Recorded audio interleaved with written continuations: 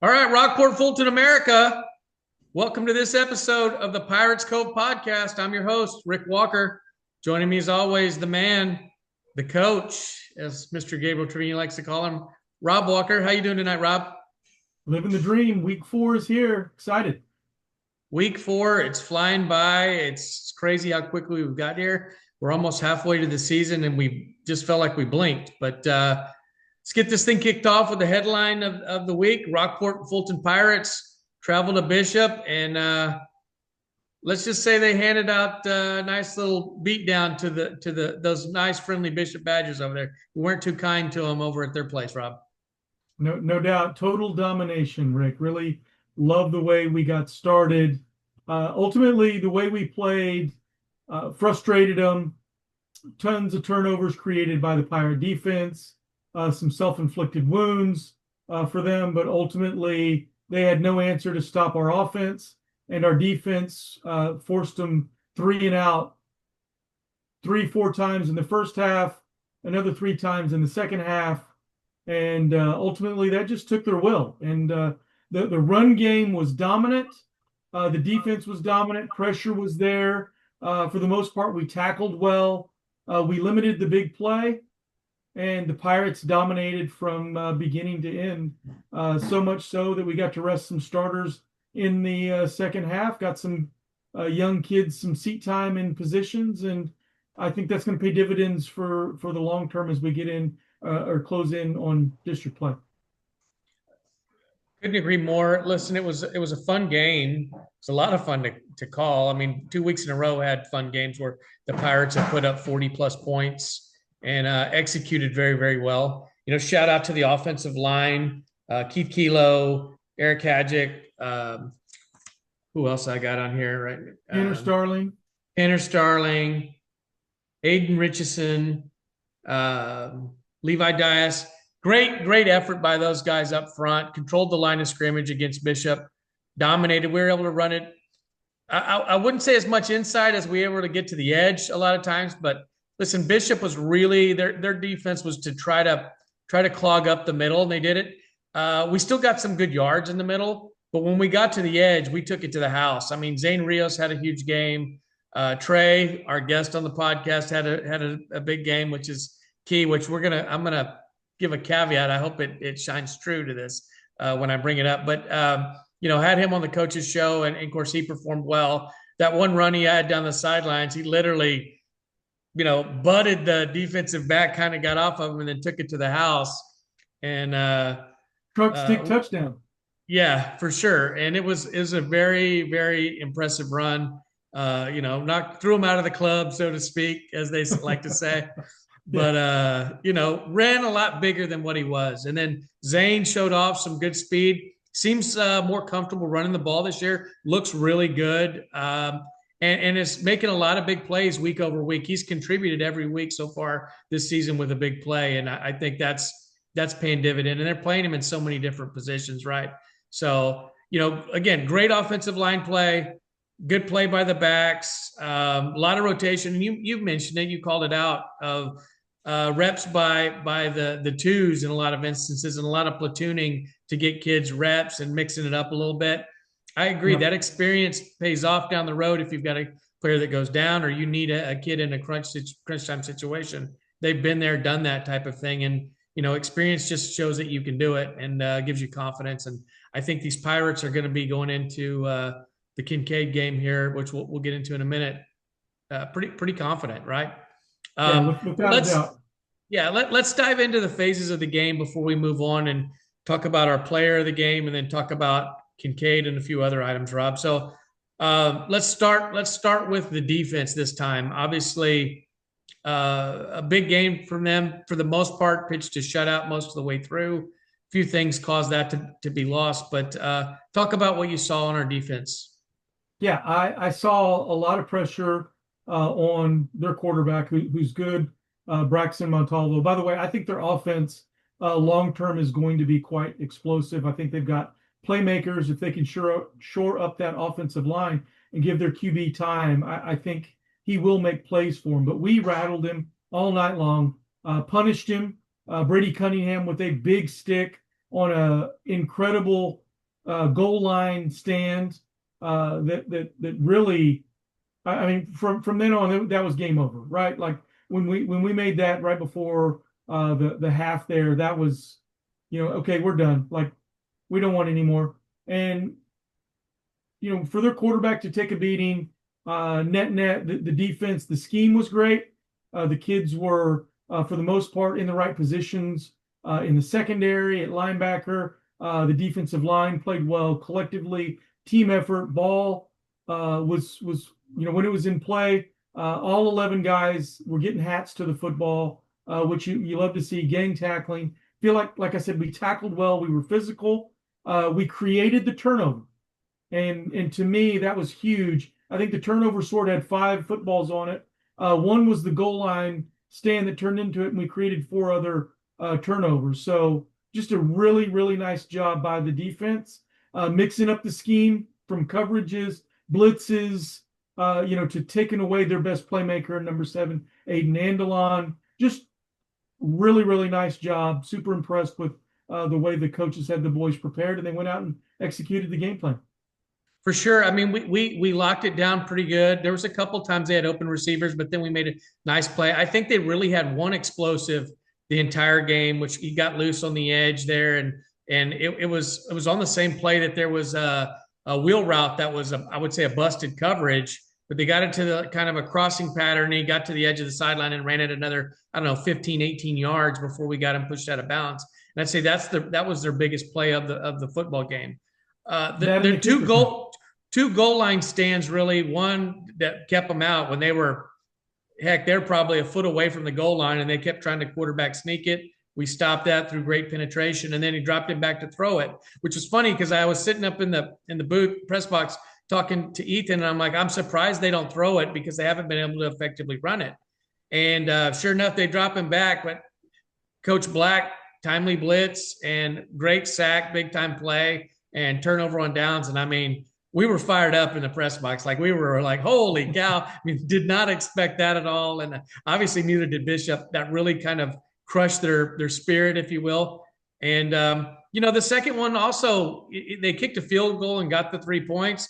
But for them to push that much effort into a drive, which they had a pretty nice little drive there, got down there, tried to punch it in, and then said the heck with it, we're going to try to kick the field goal, and they did. So hold them to 3 points in that situation, I think, was also a great win. They were trying to get a moral victory. There are no such things. And, is a great defensive strategy. And to your point, the turnovers were definitely happening. That allowed us to, I'd say, jump on them and get off to a quick start. And, talking to Coach Souza week in and week out as we do the Coaches Show podcast, he stressed the importance of getting off to a fast start, I should say.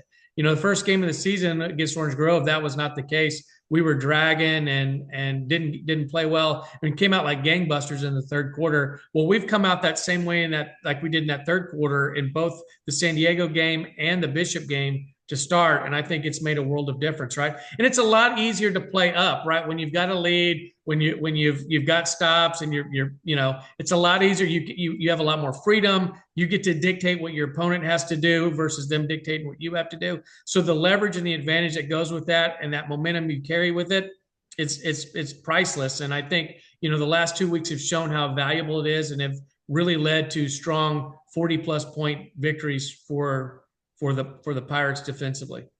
Rick, I think that's a great point because when we jumped out on them to our fast start and stopped them, once we were up 21 points, it made them one-dimensional. They were going to have to throw the ball in order to play catch up, and that allows our defensive linemen to pin their ears back. It allows linebackers, allows for us to take risks from a blitz standpoint, and it makes it really hard on an offense, and that really showed. The other thing is that's an offense that's been averaging over 30 points a game.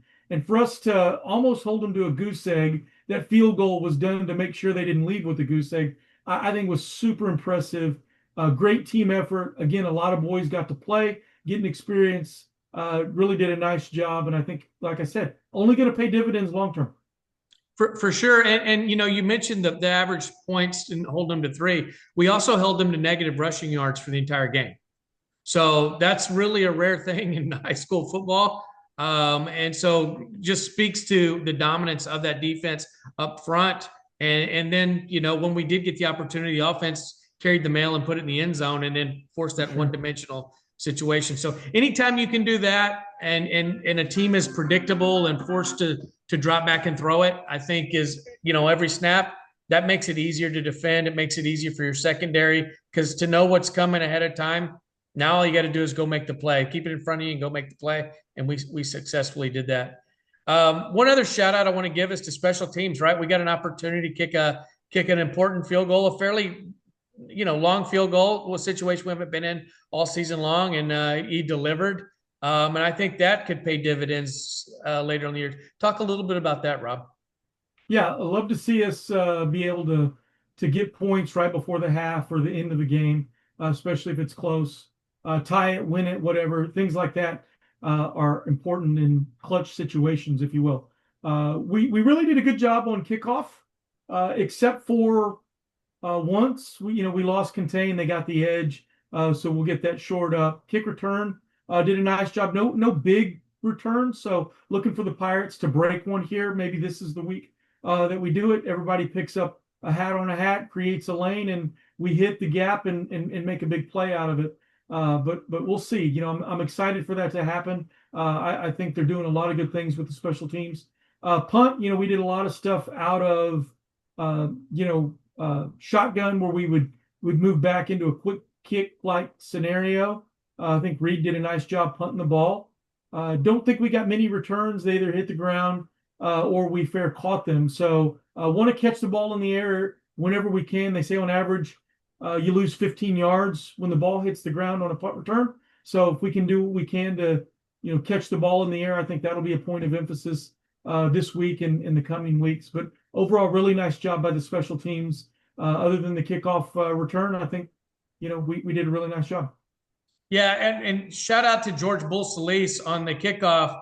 When we score our first touchdown, we kick it off to him and they return to the sidelines. He meets the returner and then rips the ball away from him right there and creates the first turnover. So huge moment there. Big play by our special teams to get a turnover. So if you can get them on defense and you can get them on special teams, that's giving you that more at bats, another shot, another possession, control the ball. And when you got an offense like what we have that ground and pounds and controls the clock, time of possession, that's a massive advantage for the Pirates. So huge play right there on that special teams. Yeah, we're talking 15, 16, 17, 18-year-old kids on the high side that ride the emotions of the roller coaster and give up to go 3 and out, give up a score, get the ball thinking they're going to get it, and we rip it out, just totally demoralizing for them and definitely a game-changing play. For sure. It was fun to watch, and it was a very heads-up play by George. So great job, and I hope to see more of it this week against KinKaid. But that leads us to our player of the week. I think it's kind of a no-brainer. Came on the podcast. You come on our Coaches Show podcast, you have a big game Friday night, and that's Mr. Traey Alvarado. I think he had like 7 or 8 carries and 120, something like massive number. I didn't get the full stat. Do you know the rushing yards by any chance, Rob? Yeah, I think he's close to 150, if not over it. I don't have the specific number, but he did have a really nice night running the football. And the truck stick run, throw him out of the club run, highlights that. They weren't sure who they were messing with, but he certainly showed them when that guy came up to try to tackle him.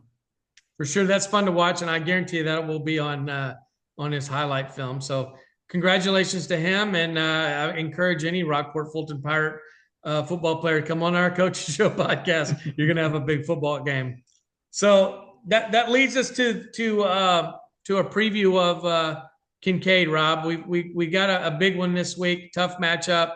Private school, making the trip down. We made it last year. And before we talk about Friday night and preview them, we'll talk about last year's game against KinKaid. Because I think, that was the one where we traveled there. And I think it was an eye-opening moment. I don't think anybody had seen a school like that. 3-story parking garage, the richest zip code in Texas. And, a lot of amenities for a school. And I think it was kind of just shocking, I would say. It's surprising, I think, to the kids, wondering where we fit in. And I think it led to a slow start full of mistakes. We had 6 turnovers, 4 of which turned into 28 points for KinKaid as they got kicked off. And they were up, I believe, 42-0 at halftime against our Pirates before we kind of knew what hit us. Yeah, we ran the ball effectively. We did a lot of good things defensively. You know, and that'll lead into what I'll talk about when I get my turn to talk about Friday night. But talk a little bit about what you saw last year, and then jump into the preview, if you will. Yeah, I saw a really big quality football team when we went there. And to your point, it is eye-opening when you go into an environment that's not resource limited or resource challenged, right? They're located in Piney Point Village, a suburb of Houston. As you mentioned, it's the richest subdivision in the state of Texas. And you go through there and you see the houses, and then you move into the school and just everything. It's you know, they've got a great tradition. They've been around a little over 50 years, and I believe they won the SPC state championship about 30 times in that, right? So SPC is the including last season, by the way. Including last season, Southwest Prep Conference. They're a 4A team in that conference and in that division, but really talented. One of the things about private schools like this is they get more practice time than a UIL state-based school. They get to allocate more time to practice, things like that, and then they get to recruit. Right, there's kids there that are scholarship to come to that school that are athletes. They had a really good quarterback last year. They were big on the offensive line. Their defensive line was huge, very aggressive. Obviously, they have Wayne Shanks. Wayne Shanks Jr. We're going to talk about him in a minute. But just well-coached, good, solid football program that only lost 1 football game last year. They went 10-1, won the state championship. So rich with tradition, rich with resources. And, when you're Rockport-Fulton and you travel 180 miles to go play, that's a challenge. Now, KinKaid has to make the same this year. And you and I have talked about this. Dave Campbell's Greg Tepper was talking about this, that on average, any team that drives 160 miles or further loses 72% of the time. I believe that was the stat, right? So this time that favors us. They're coming to the Pirates' house and coming into Rockport-Fulton, and the crowd's got to be part of the difference, and we got to show them what Pirate Pride looks like. I would love to see redemption. We'll talk about the details, but overall, the game was 28-0 at the end of the first quarter. Turnover driven. We had a lot of self-inflicted stuff that cost us, gave them a lot of momentum, and much like what the Pirates did to Bishop, they did to us last year. KinKaid did. They demoralized us early, 28-0 and 42-0 at halftime. We got to come out in the second half like it's 0-0 with an outcome that's likely already decided. So let's turn that around this year. I think, again, we're going to face a quality, well-coached team. A lot of those guys graduated. I'll talk about the details in a minute, but that's what I saw last year, Rick. Yeah, and I think a great learning experience for the Pirates as we get the other side and they come to us. And so let's jump in. Let's talk about this team. Tell us about the KinKaid Falcons, Rob. Yeah, so the Falcons are led by Coach Nathan Laned. Very good coach. He's been there, I believe, right at 6 years. Again, coming off a 10-1 SBC 4A state championship. Their only loss last year was to Gunter, who went on to win the 3A state championship last year. So, they play quality opponents. They come in the 2025 season 1-2. They did play Gunter again, and they fell 49-44 in week 1. Then they lost a close one to Regents, 19-14, and then they won last week versus St. Thomas Catholic, 21-7. They are returning 3 offensive starters, 4 defensive starters from that 2024 state championship team. The main thing there is they lost their quarterback, and they're changing out 4 of their 5 starting offensive linemen. So there is some change, but again, they're a program with tremendous tradition. They expect to win. They're going to be good. I've seen them on film. They are very good. They average 28 points a game on offense. They give up 26 points a game. And when you think about what that looked like in week one, giving up 49, that tells you how good their defense has been post week one, right? On offense, Rick, they're another spread zone team. They like to control tempo. So selectively, they'll go fast. Selectively, they'll slow it down. Depending on where they are, they pick up a big play. They'll look to go fast, catch you off schedule, catch you trying to rotate players in, maybe get you with 10 men on the field, things like that. They're led by what is one of the best running backs in the state of Texas, number 23. He's a dude, Wayne Shanks Jr. He's number 23. As I said, he's a junior running back with, I believe the word out is 32 D1 offers. A&M's offered, a lot of the big schools have offered. He had 1,800 plus yards rushing last year, 27 touchdowns through the air as well. He's a threat. He is their go-to guy. They look to get him the ball whenever they can. And if you overkey on him, they'll use that against you. We'll talk about that as we go on. He's 5'11", 180 pounds. Their quarterback is a new one. He did get time last year against the Pirates in their blowout 56-26 win last year. His name is Ross Wynn, 5'11", 185, 190 pounds, pretty thick kid, good arm. He's an operator, very smooth with it. They'll even do a little RPO action here and there. He can move a little bit. He's not a big runner, but he's a good football player and he leads them well.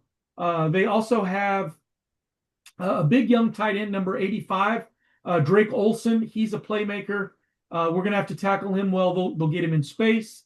They'll get him in play action.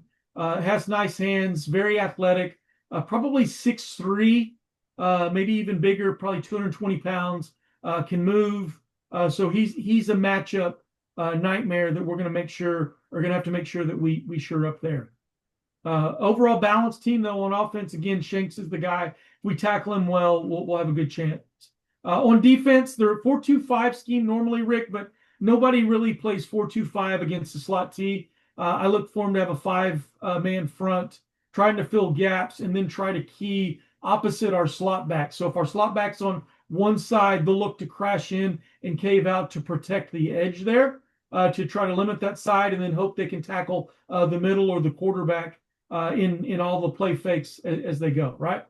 So trying to limit the gamble, if you will. They're led by their defensive line. It's big, it's physical, it's pass rush built. It's built primarily to play against spread offenses, but they're very athletic. They can shed blockers pretty quickly. So we're going to have to make sure we engage with them, stay engaged.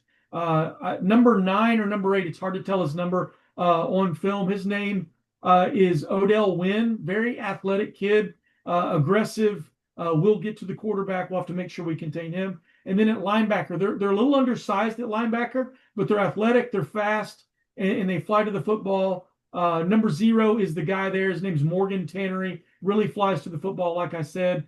Hard to block because he's super quick through the gaps when he blitzes, and is definitely a playmaker. Their secondary, on top of that, is very athletic in the pass game. Any one of them can pick off a ball, jump a route. So we're going to have to make sure that we run good routes, we block well on the edge against them. Look, this is our toughest opponent thus far in the early 2025 season. Really good, well-coached football that gets extra practice time.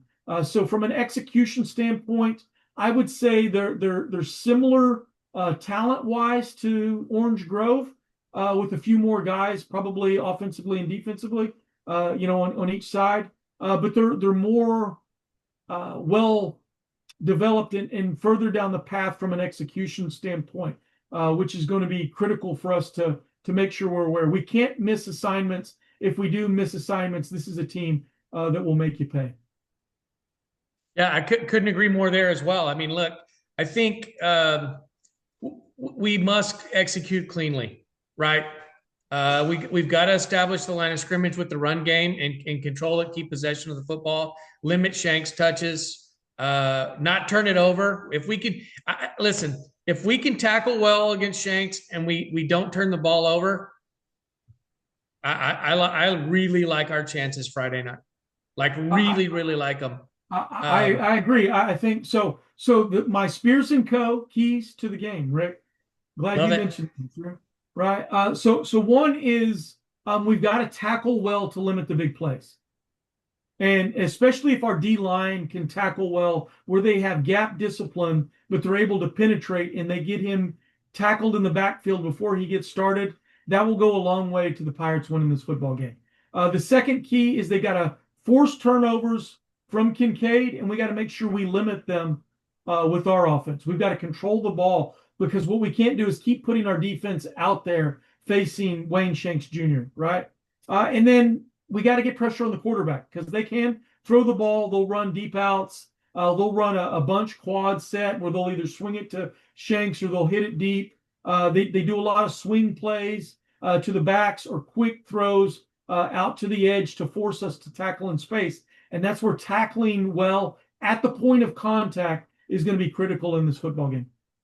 For sure. I'd almost, and I don't know if Coach Black's going to do this, but I'd almost have a spy. I mean, if Shanks goes to the bathroom, you want somebody to open the door for him, right? You want somebody to be there. And in this case, close the door for him, not let him go, because we got to get a stop. But no matter what, wherever that young man goes, we need to have somebody there before he ever gets rolling. Because if you can't get rolling, he's much easier to stop in that manner. So love the Spears and Co. keys to the ball game. I think they're spot on, and I'm confident we can execute on it. My understanding is we've had a great week of practice, and these guys are ready and prepared. So we'll see. Obviously, the proof will be in the pudding Friday night, which kickoff is at 7 p.m. You can catch that game live streamed on the Pirates Cove Sports Network.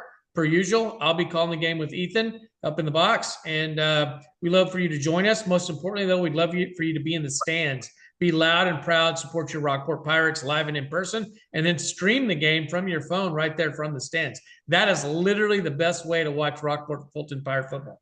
So you can do it too. And while you're there, subscribe, right? Subscribe to the YouTube channel. I put out a challenge last week to like, share, and subscribe. Everybody that's watching, and a lot of people listen. We went from 630 to 730, so we acquired almost 100 more, actually almost 120 more subscribers off that. I challenge you even more. We need about 250 more to get to 1,000, which is that golden number we need for monetization for the channel. And again, all those revenues go back to bringing you the broadcast or back directly to the athletic program to support all Rockport-Fulton athletics, boys and girls, every sport, tennis, track, soccer, golf, wrestling, you name it, everything. And so we're asking for your help to do that. And while I'm talking about help, we're also looking for sponsorships. Anybody that's interested in sponsoring, we're happy to showcase your business and support it. We've got great sponsors who have helped get us this far. We need additional sponsors to go to the next level and bring the rest of the broadcast to you the rest of the season. So please pitch in. If there's anything you can do, we'd love to have your help and support, because one, we need it, and two, it goes to support a great cause, the Rockport-Fulton athletes, all these young men and women who put in blood, sweat, and tears and effort and energy and time, and family taking them to go out there and participate and represent this great school and great community. So if you want to be a sponsor, reach out to me directly or Gabriel directly on Facebook Messenger, and Rick Walker, Gabriel Trevino, and we'll be happy to discuss sponsorship options. So that brings us, Rob, to the prediction time. Is the hard time. So I'm going to put you under the microscope here. What's the score Friday night, and who wins?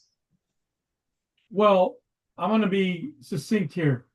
Rockport-Fulton 35, KinKaid 30. And I think right in line with what they're giving up. I don't think they're going to stop this offense. I do think they're a well-tested or battle-tested team. They're going to come in here ready, but I think these Pirates are playing a different brand of football. I believe we'll get off to a good start. We'll play really well on offense, and we'll key 23 and make plays where we need to, create the turnovers, and ultimately we're going to come out with the win 35-30. You know what? I'm gonna agree with your prediction. I'm not even going to change I'm going to go exactly with what you're saying. I agree completely. And listen, the key is this is what I'll say. I think from an execution level, based off the last 2 weeks, we're executing on offense better than they are. They've made some big plays, throwing the ball, and Shanks has gotten loose, but they've put it on the ground. They've had busted plays. They've made mistakes. And I think that they're not as clean at this time of the year as they were last year at an execution level. And I think traveling 160 plus miles to Rockport, like we talked about, impacts that. So I think your prediction is spot on. Not going to change it. I'm going to go with the exact same prediction that you provided in Rockport-Fulton. Shocks them and gets the victory Friday night. Hey, and with that, send us your predictions, and whoever gets the closest, we'll give you a shout out on the next Pirates Cove Sports Network podcast. So yeah, we'll come up with a prize too. We'll get you a prize. I love the idea, Rob. Yeah, send in your prediction, like and subscribe, by the way. Send in your prediction, and whoever gets the closest, we'll give a prize to, and we'll give you a shout out. You can only do the prediction if you like and subscribe. Correct. And you can only give one prediction, by the way. So, and that shout out to Johnny the Z-Man Zavala. If you're listening, I expect you to have a prediction like you always do. Okay. And I hope you're doing good. That's right. Good shout out. Yeah. Appreciate that. So what are some of the big area games going on this week, Rob? Yeah, I'm going to start with the state, Rick. So Tidehaven, state-ranked Tidehaven versus state-ranked and defending state champion Ganado is the first one. That's a great ball game off of the coast, a little further north of us.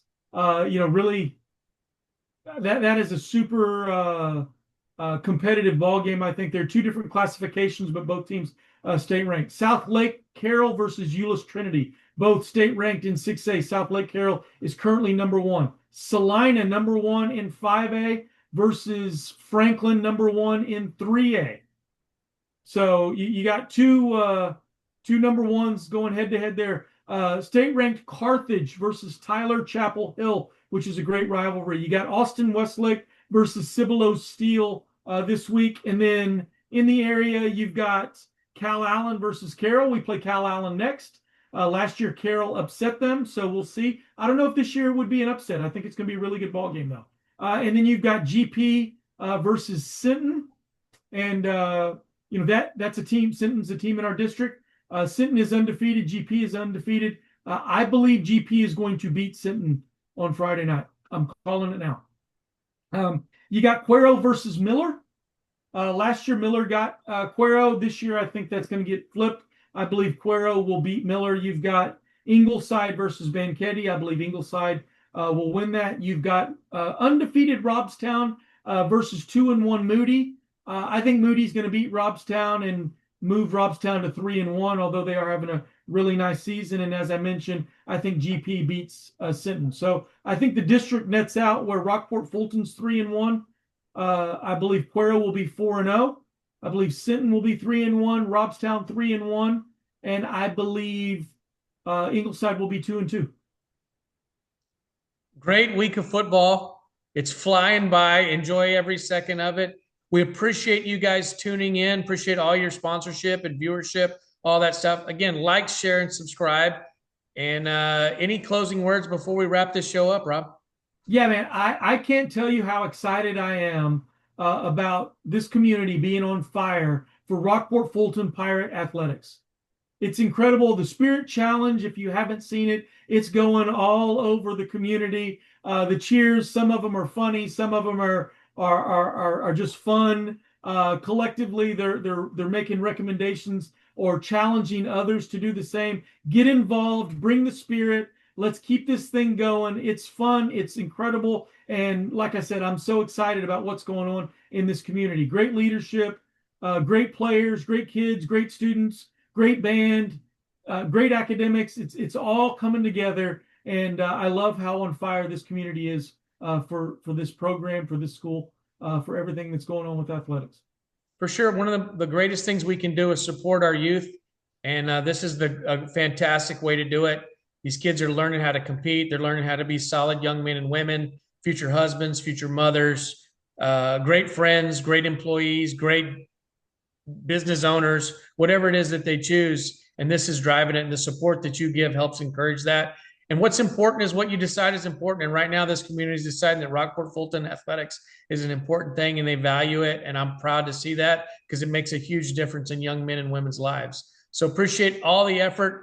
Continue. Let's keep ramping it up. Let's see how far we can take this, how much fun we can have with it. And I appreciate what it is that you guys are doing right now with the support you're giving us, the support you're giving the kids, the school, the community. It's awesome. It's contagious. And it's a fun time. It really is an exciting time with a lot of momentum. And I want to keep that building as we continue to move forward year over year.